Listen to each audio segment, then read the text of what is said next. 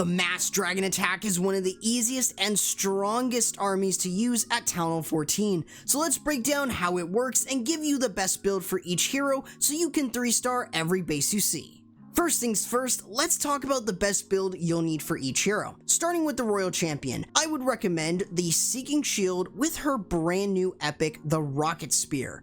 The reason this feels good to use in a Mass Dragon army is her flexible uses versus any kind of base. We'll talk more about that later on in the video, but the idea is to snipe off defenses towards the back end, which could include the Town Hall if possible with this piece of equipment. If you don't want to pick up the new epic though, you can always use a Seeking Shield with the Hog Puppets, but just know she won't be able to snipe off defenses as well, and you'll have to use her to sweep through the back end. Up next is the Grand Warden, where I tend to recommend the Healing Tome with the Eternal Tome. This is a great set for sustainability, which dragons really need to stay up for most of the attack. The Healing Tome will still apply to dragons who have taken damage, even if they're under the Eternal Tome's effects. You could also run the Rage Gem instead of the Healing Tome, but just know it might not be doing as much, especially with the rage spells you're taking in this army. As for the Archer Queen, I very much recommend the Healer Puppets with the Giant Arrow.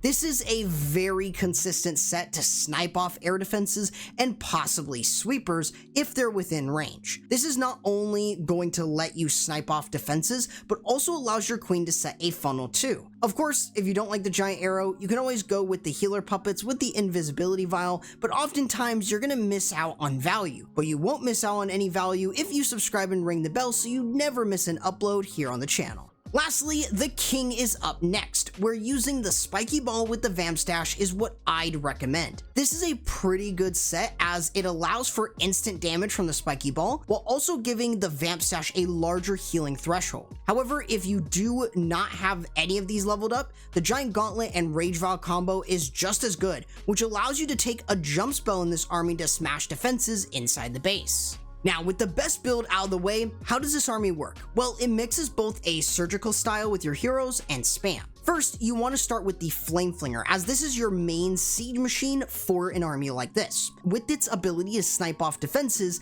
the idea is to use this around an area to snipe off defenses, including one air defense. Keep in mind though, the Flame Flinger is vulnerable to Expos, Teslas, and Mortars, so try to look out for those so your Flame Flinger doesn't take too much damage.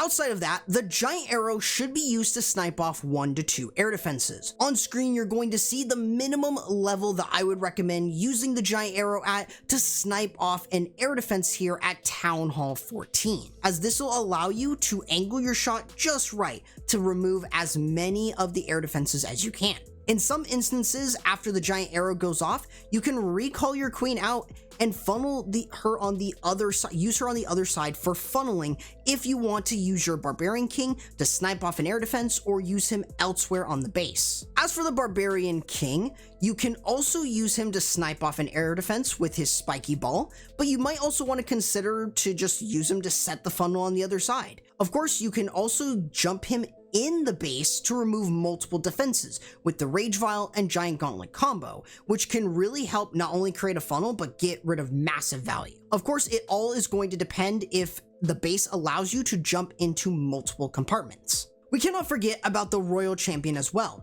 In an army like this, I'm using her epic to snipe off defenses, whether this is the Town Hall or an entire compartment like the Scattershot. In this situation, on screen, you're going to see the exact number that you're going to need in order to take down each building. This does include 0, 1, and 2 earthquakes. You just want to make sure that you are able to get down defenses in as minimal shots as possible since you're limited. In this case, I would recommend having your Rocket Spear at level 18, since it does pretty decent damage and it will allow you to pretty much use the 7 shots, which is really, really good. Other than that, if you're hitting an anti-2-star base, you can actually use her to snipe off defenses on the outside and control your dragons a little bit better while they're in the core. Otherwise, you want to make sure that you're using her on the back end to snipe off defenses, especially if you aren't hitting an anti-3, but for the most part, you just want to make sure that you are being flexible about using her, especially using her on the back end, which will allow you to get a lot of value from her and can keep her alive in some instances. This really leaves the dragons to push through the rest of the base.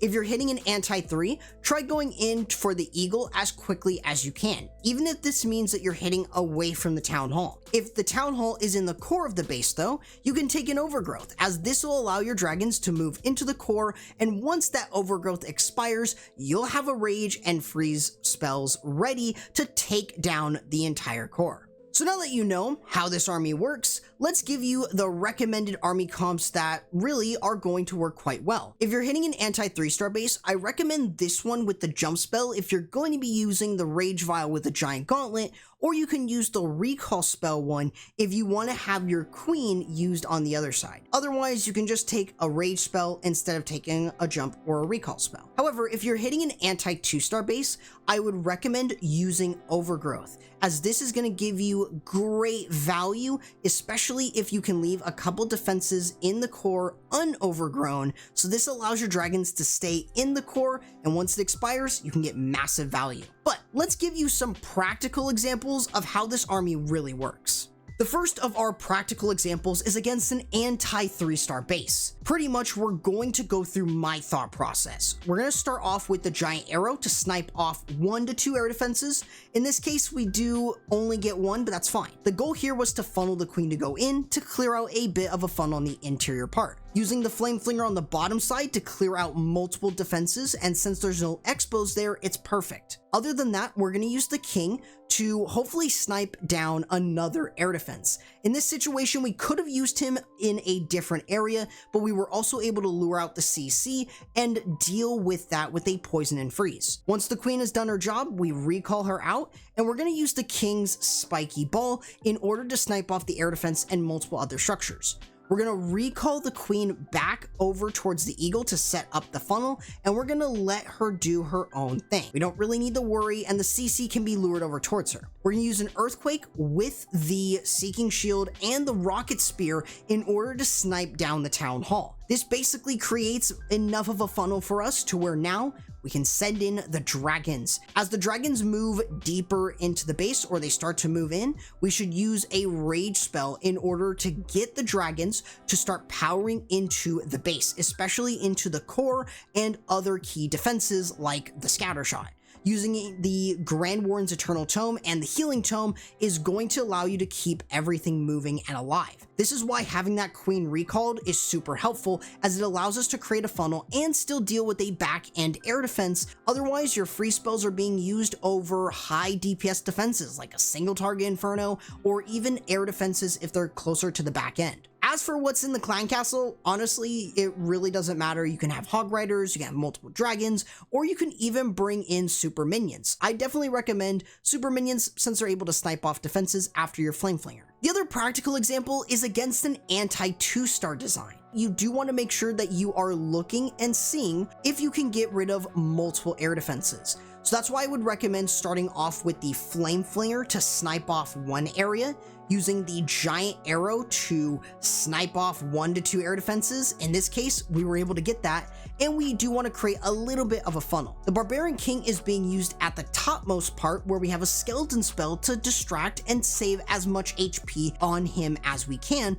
before we send the spiky ball. Otherwise, we're able to get all 4 air defenses down with just each of these phases without even needing the Royal Champion. Now, the Royal Champion is still going to be pretty important, especially with all of those defenses on the left side. Otherwise, we can deal with the enemy CC, use the spiky ball, and this is going to allow us to start moving in with the dragons and the Grand Warden. Now, with this overgrowth, try to use it to where it's just barely over the town hall, but you don't want to cover the whole core. Keep the dragons in the core so that then it allows your Royal Champion to help your dragons stay in the base, especially if there are defenses like Tesla's, allowing your dragons to start moving towards the back end. Otherwise, you're going to use rage spells and get prepared with your free spells to use them over the overgrowth area so you can smash that down. With all the dragons in there, they're very easily gonna just wreck through the entire thing. This is why the overgrowth is all about timing, so using that as soon as you send in your dragons is really important,